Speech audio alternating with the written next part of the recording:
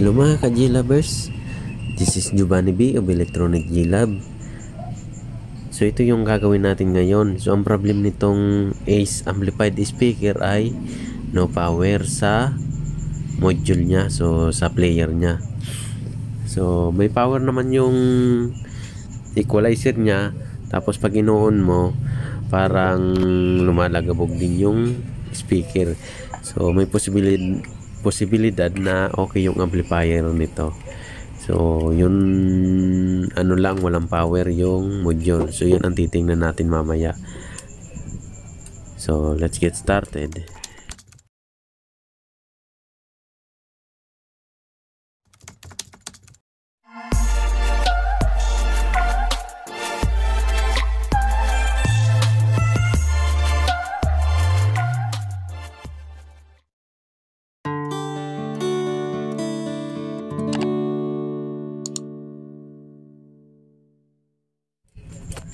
Bali, buksan muna natin to.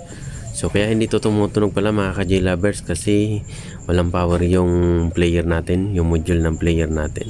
So buksan lang natin to mga ka-J-Lovers.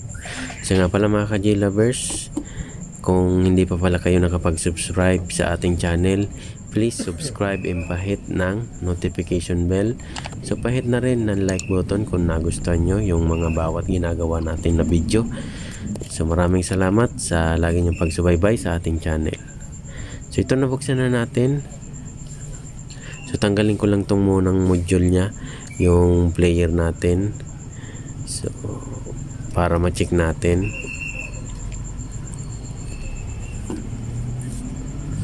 So ito na yung pinaka module natin, kasi yung isa pindutan lang yun, yung function key. So ito yung pinaka module, yung circuit. So yan yung mga connection natin. May left and right input, left and right output. Yan, may 3.3. Ito yung voltage nya na input. Yan yung pinaka main supply nya. So una natin gagawin ay i-check natin yung pinaka supply nya muna, kung may pumapasok ba. Once kasi walang pumapasok ditong supply, may posibilidad may problema yung power source natin dyan. So pwedeng may problema yung regulator natin, o walang binibigay na supply yung transformer. So madaming dahilan. Pero pag may power supply to, may posibilidad sa dito na yan sa module, yung pinaka IC nya siguro may tama. So meron siyang power 5 volts. So kita nyo naman may 5 volts siya. So magre-recheck tayo dito sa pinaka module nya. So isa-isain lang natin muna mga ka-J-Lover. Check ko muna to, kung mga connection nya, kung dumidiretso ba dito sa capacitor. So siya nga pala, mali pala yung lagay ko ng ground dyan sa bakal. Wala pala yan masyadong contact para sa ground. So dapat dito tayo sa may USB player na ground, o dito sa may memory card natin na ground yung bakal nya. So dyan tayo magtitest ng ground para mas makontak. So mayroong 5 volts dito sa capacitor. Yan, dyan dapat tayo mag ground, kasi dito bumababa na siya, nasa 3.5 na lang. Pag dito tayo nag ground sa metal ng memory card natin, at dito sa USB 5 volts yung ma-read natin. Yan dapat tayo mag test ng ground. Tapos yung red na test prod, yun ang pan-test point natin. Iti-trace lang natin kung umaabot ba sa pinaka-circuit yung voltahe. Kasi pag umabot yung pinaka-voltahe niya sa circuit, may posibilidad sira tong module kit natin.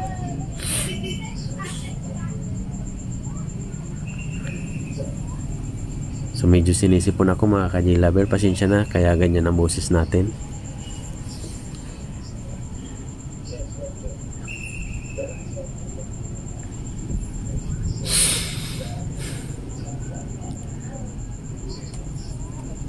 So sa tingin ko mga ka-J-Lovers, may tama tong pinaka player kit natin, o yung module natin ng player. So ito na yung pinakasira niya talaga. Yung IC siguro nag-breakdown na.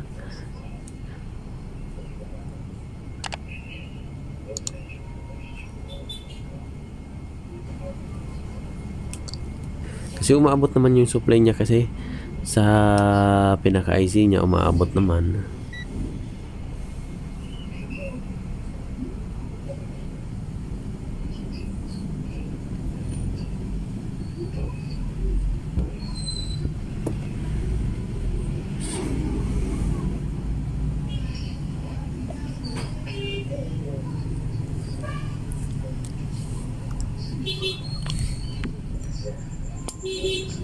So tanggalin nga natin yung mga connection muna nitong module natin, yung player natin, pinaka player. So nandyan yung antenna connection nya, yung sa audio input, tapos so yung sa auxiliary input nandyan na rin, yung supply nandyan, tapos sa key button yan, ito yung pinaka sound. Tapos ito yung ano nya, yung pinaka player kit natin na module. So yan siguro yung pinakasira nya IC. So dahil wala tayo nyan pamalit nyan, so ang gagawin na lang natin ay re-remedyohan natin to mga ka-J-lovers. So may paraan tayo dyan. So yan ang ipapakita ko sa inyo. So magandang idea na naman to, lagi ko tong ginagawa dito. So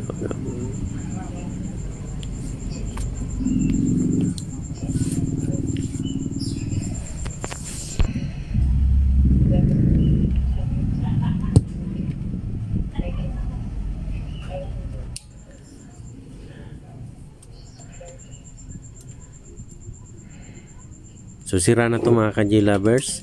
So kukuha tayo ng pampalit. So ito na yung pampalit natin. I-upgrade na lang natin dito sa bagong module kit natin na player. So maganda tong bagong module kit na player natin kasi meron na siyang remote, meron na siyang display, meron na rin siyang Bluetooth. So napakaganda. So dyan natin yan nilalagay. So dyan natin yan ipepwesto mga ka-J-lovers. So bali ito, kakatingin natin muna yung ano nya, yung paglalagyan natin. So nilagyan ko na yan dyan ng sukat para madali na lang pag-cutting natin.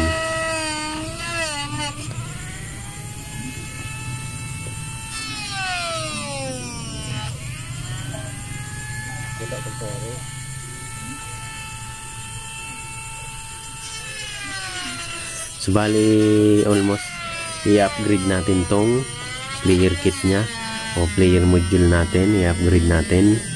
So magkakaroon na to ng remote, magkakaroon na rin to ng display, at magkakaroon na rin ng Bluetooth na wala dun sa luma.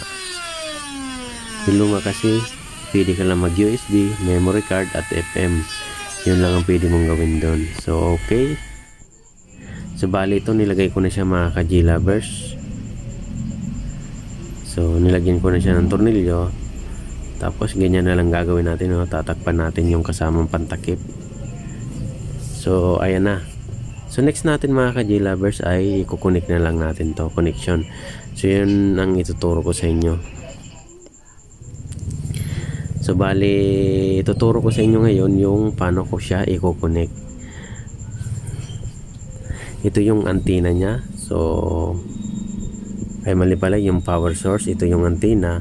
Ito yung galing sa auxiliary input natin, so RCA. Ito yung galing sa audio natin, pasiring papunta dun sa ano yan, sa equalizer.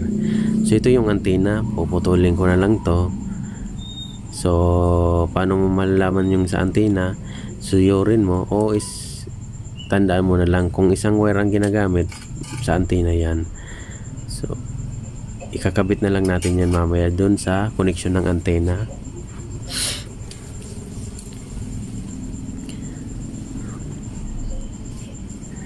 So nandyan yung kunikan ng antenna,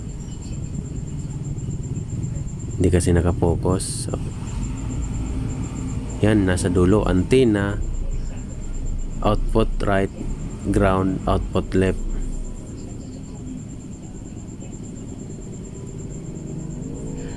So So kakabit natin yan dyan mamaya mga ka-J-Lovers.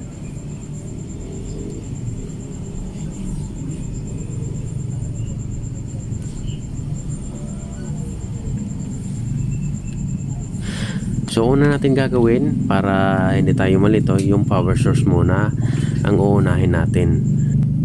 Sa pag-connect ng power source natin, tandaan natin itong VCC equals to positive yan, yung GND equals to ground. So yung negative natin.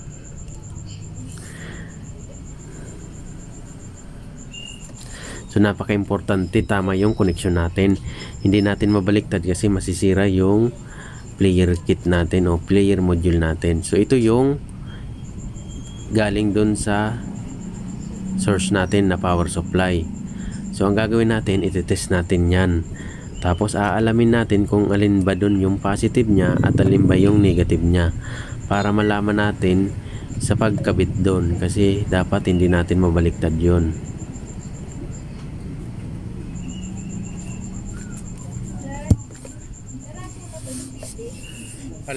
So itis muna natin tong power source. Importante kasi itong may lagay natin ng tama, hindi natin maibaliktad. So meron lumabas na negative, babaliktarin ko lang to. Yung 5 volts, wala na siyang lumabas na negative. So ibig sabihin yung natutukan ng kulay red, yun ang positive natin mga ka-J-Lovers. So yung natutukan natin ng red, ito natutukan natin to ng red. So ulitin natin mga ka-J-Lovers para mas maintindihan nyo. Yung natutukan ng red, test probe natin, yun ang positive natin, to positive. Tapos yun sa black ang negative. So tandaan natin ito yung positive, tapos titingnan natin yan dito. Tapos titingnan natin doon kung sakto na ba siya. Once kasi hindi sakto, pwede natin baliktarin yung kabitan natin dyan para masakto natin. So yan, kita nyo yung BCC, yung positive, yung GND, yung negative natin. Dahil sakto to, so pwede natin ilagay dyan na lang yan, sakto.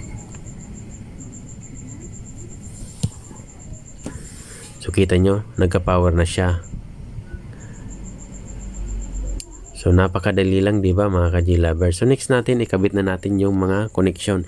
Ito yung galing sa equalizer. So malamang ito yung sa audio natin. Ilagay natin dyan sa output right, output left. So dyan may nakalagay yan dyan, oh, sa gilid. Output right, GND, at output left. Ito yung antenna. Yun sa antenna natin, yun sa FM. So unahin ko na yung antenna bago natin ikabit yung yung sa audio natin. So mamaya mga ka-J-Lovers, pagkatapos natin matesting to, kakabit na rin natin yung sa auxiliary natin. So ituturo ko sa inyo kung paano natin ikabit dahil wala tong auxiliary output or input yung kit na to. So gagawa natin ng paraan para magamit yung RCA jack nya. So para magamit natin yung RCA jack para makabitan niya ng DVD. So ito yung sa audio natin, ikabit lang natin dito yan sa pinaka gilid. So tatamaan niya yung output right, output left, tapos yung GND nasa gitna. So testingin nga natin kung tama ba yung connection natin mga ka-J-Lovers.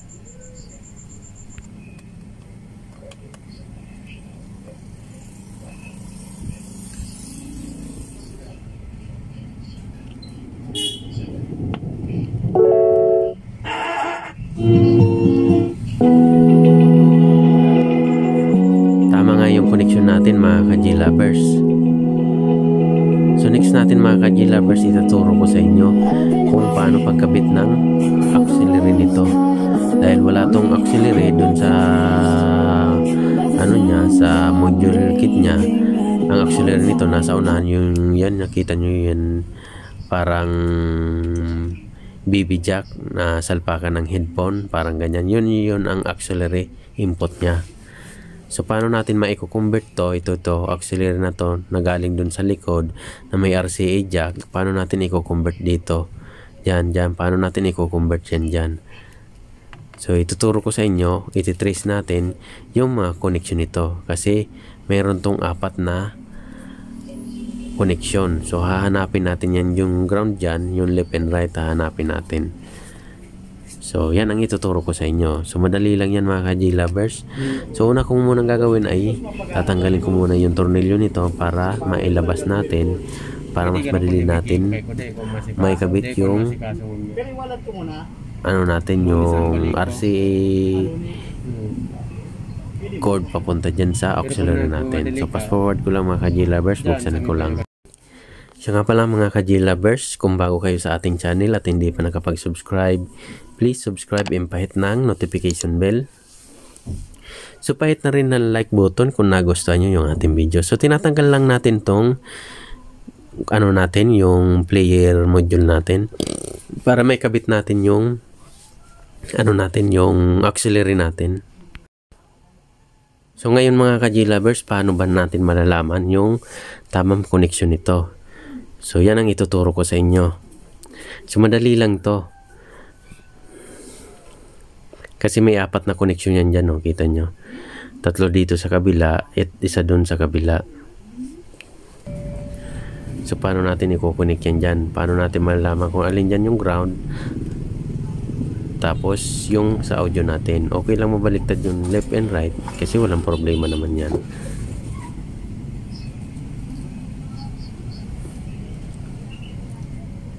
Ito yung gagawin natin. Lalagyan natin siya ng BB plug. Tapos iti-test natin. Uunahin ko muna yung ground. Ito yung ground. Hahanapin natin dyan kung alin yung ground. Yun sa dulo yung ground. Ito sa dulo yung ground. Tapos sa audio, yung left and right natin, kahit alin dyan sa dalawa, basta makuha natin ito. Tapos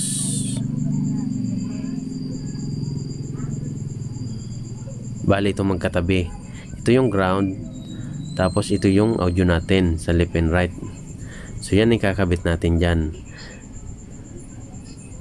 Tapos dito sa wire natin na galing RCA jack, yung kulay black, yung ground, tapos yung red and white sa audio natin yan. Yan ang yung left and right. So resolder lang natin to mga ka-J-lovers. So ikabit ko lang to mga ka-J-lovers. So fast forward ulit tayo. Promote ulit tayo ng ating channel mga ka-J-lovers. So siya nga pala, kung hindi pa kayo nakasubscribe, please subscribe and pahit ng notification bell. And pahit na rin ng like button kung nagustuhan nyo yung video natin para tuloy-tuloy yung paggawa natin ng video. Maraming salamat sa lagi nyong pagsubaybay sa ating channel. So bali okay na. Naikabit na natin siya mga ka-J-lovers. So ganyan yung pattern natin. Yung black, tapos yung red and white, kahit magkapalit yan okay lang. Kasi sa audio lang yan. So ikabit lang natin dito yan para matesting na natin. So ikabit ko lang dito, tapos lagyan natin ng mga tornilyo muna. Pagkatapos natin maikabit to mga ka-J-lovers, iti-testing na natin to kung successful na yung gawa natin.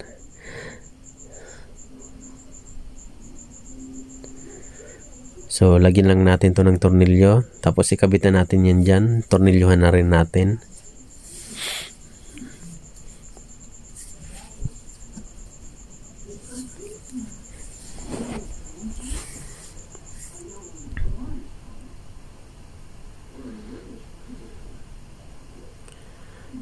So bali okay na, malapit na. So okay, naikabit na natin yung mga tornilyo nya. So next natin ay ititesting na natin to.